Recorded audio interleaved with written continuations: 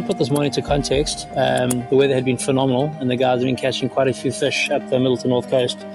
The big southwest looming, it was coming through in the morning, so I knew I had to get up early. So I got up at 1:30 in the morning and was fishing on the point by 2:30.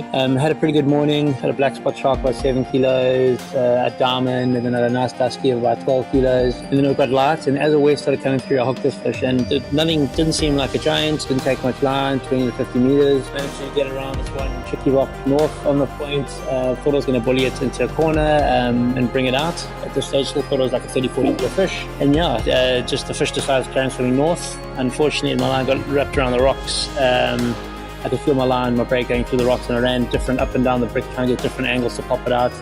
That area, there's a lot of mussel beds and oyster beds.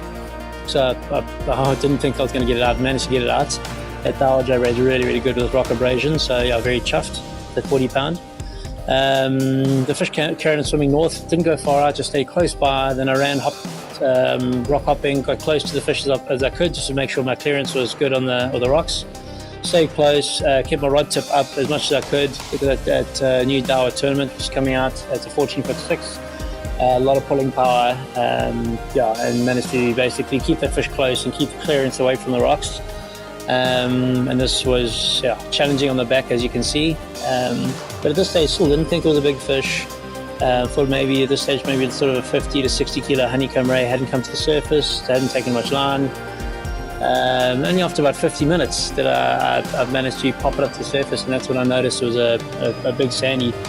And then after that, it was still another 15-20 minutes before we could actually manage to maneuver to the beach. In the beach section, a lot of deep rock there, and if I'd moved early in the fight, it would have been easy on my back, but that fish really would have cut me off, because it was still hanging deep and a lot of rock. So I stayed in a place where it was tough on me, but I knew I could keep it, I could manage it until I got tired off the rocks. And when I managed to get it tired on the surface, that's when I moved to the beach. Trace I was using a full metal jacket, 90 pound, that American fishing wire, that leading wire, with that special Kingfisher swivel, that sliding swivel, and a 9 mustard circle. And that full metal jacket also helps with around the rock area. I learned my lesson 2 nights before using nylon, so I'm very chuffed I'd done that. And yeah, very lucky to have a spectator filming the fight, and a legend, Mark Ace, he dropped his rod and came and helped me land it.